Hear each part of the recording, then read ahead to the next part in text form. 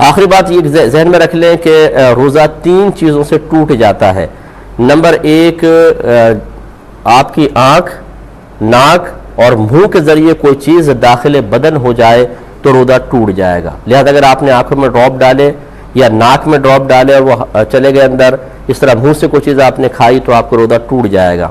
باقی کانوں میں اگر آپ کان کا پردہ اگر آپ کا سلامت ہے تو چاہے آپ پانی ڈالیں، تیل ڈالیں، دوا ڈالیں، روزہ نہیں جائے گا. اگرچہ ہماری قدیم جو فقہ کی کتابیں ہیں ان میں یہی لکھا ہے کہ کان میں دوا ڈالیں گے روزہ ٹوٹ جائے گا، آنکھ میں دوا ڈالیں گے روزہ نہیں ٹوٹے گا. لیکن یہ خود ہمارے اکابرین نے بھی لکھا ہے کہ ان تمام مسائل کی بنیاد جو ہے وہ طب پر ہے، یعنی میڈیکل کی معلومات پر ہے.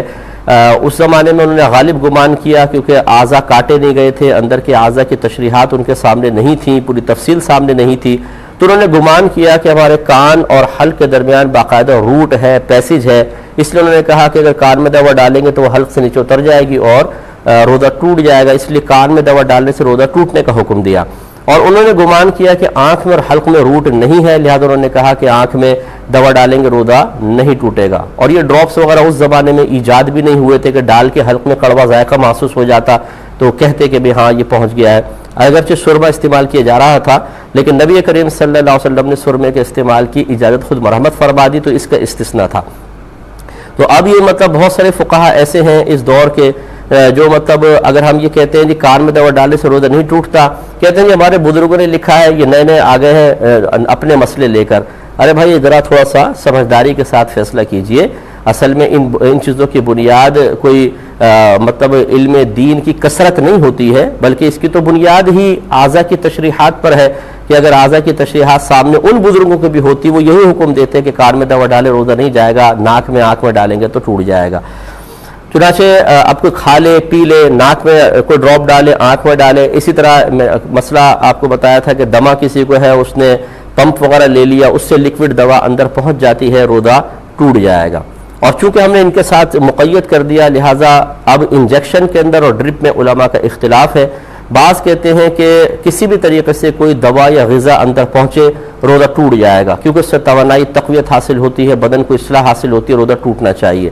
لیکن جو علماء ظاہر حدیثوں کا اعتبار کر کے نتیجہ یہی نکالتے ہیں کہ آنکھ، ناک یا منہ کے ذریعے کوئی شے داخل بدن ہو تبھی روزہ ٹوٹتا ہے، رگوں کے ذریعے، شریانوں کے ذریعے کچھ چیز اندر پہنچ جائے روزہ نہیں جانا چاہیے، وہ انجیکشن لگانے کی اجازت مرحمت فرماتے ہیں، وہ ڈرپ کو بھی منع نہیں کرتے ہیں. اگر آپ مجھ سے پوچھیں کہ ہماری رائے کیا ہے تو ہماری رائے یہ ہے کہ اگر کوئی شخص شدید مرض یا عذر میں نہیں ہے تو نہ اس کو انجیکشن لگوانا چاہیے نہ ڈرپ، اس کو ایسی روزہ پورا کرنا واجب ہوگا. اور اگر بالفرض یہ سمجھتا ہے کہ کوئی ڈاکٹر یہ کہتا ہے کہ فلاں انجیکشن آپ نے نہیں لگایا یا اگر آپ نے تھوڑی بہت ڈرپ نہیں لگوائی تو پھر آپ کا روزہ کمپلیٹ نہیں ہو سکتا، آپ کو توڑنا پڑے گا یا آپ رکھ ہی نہیں سکتے ہیں، تو اس کے لیے حکم شرعی یہ ہوگا کہ وہ ان فقہا کی رائے کا اعتبار کرتے ہوئے جو انجیکشن لگانے پر اور ڈرپ لگانے پر روزہ نہ ٹوٹنے کا حکم دیتے ہیں ان کے قول پر عمل کرتے ہوئے انجیکشن لگوائے، ڈرپ لگوائے، اپنے روزے کو کمپلیٹ کرے. اس میں آپ ہم سے رائے میں اختلاف رکھ سکتے ہیں، فقہی اختلاف ہے، اس میں کوئی مسئلہ نہیں ہے، لیکن اپنی رائے کو ہم پر مسلط نہیں کر سکتے ہیں جیسے میں آپ پر اپنی رائے کو مسلط نہیں کر رہا ہوں. تو اس لیے بہت سے ایسے ہوتے ہیں کہ ہماری مانو، نہیں مانیں گے تو آپ کی عزت خراب کر دیں گے، نہیں مانیں گے تو اپنے متبعین کو آپ کے پیچھے لگا دیں گے.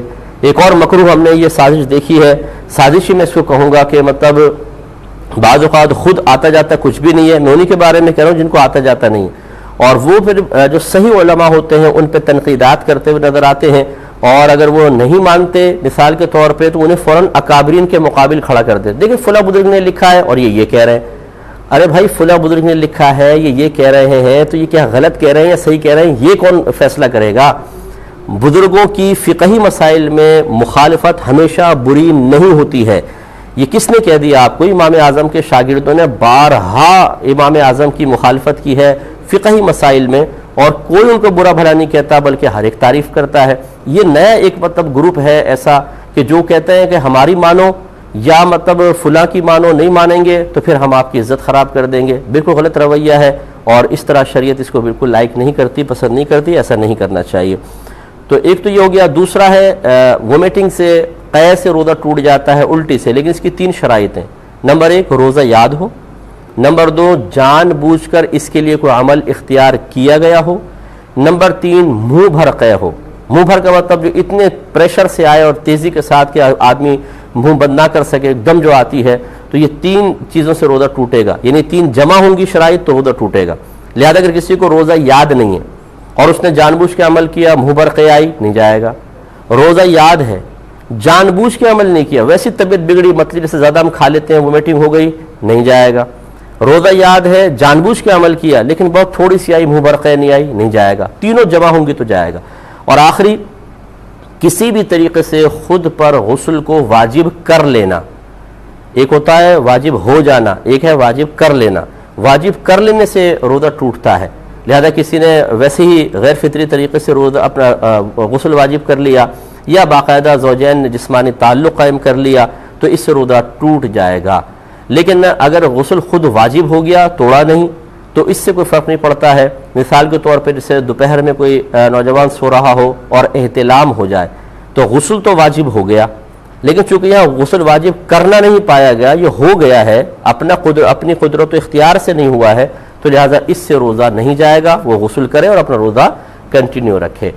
حالت روزہ میں غرغرہ نہ کریں، ناک میں پانی نہ چڑھائیں، ورنہ روزہ ٹوٹنے کا اندیشہ ہوتا ہے۔ کسی پر غسل واجب بھی ہو جائے تو وہ صرف کلی کر لے، غرغرہ نہ کرے، اور تھوڑا سا ناک میں جہاں احتیاطاً جہاں تک پانی وہ چڑھا سکے کہ دماغ کو نہ چڑھے وہاں تک پانی اوپر لے لے، باقی سانس کے ذریعے اوپر کھینچ کے نہ لے کر جائے، شریعت نے اس کی اجازت دی ہے۔ جوابات کی طرف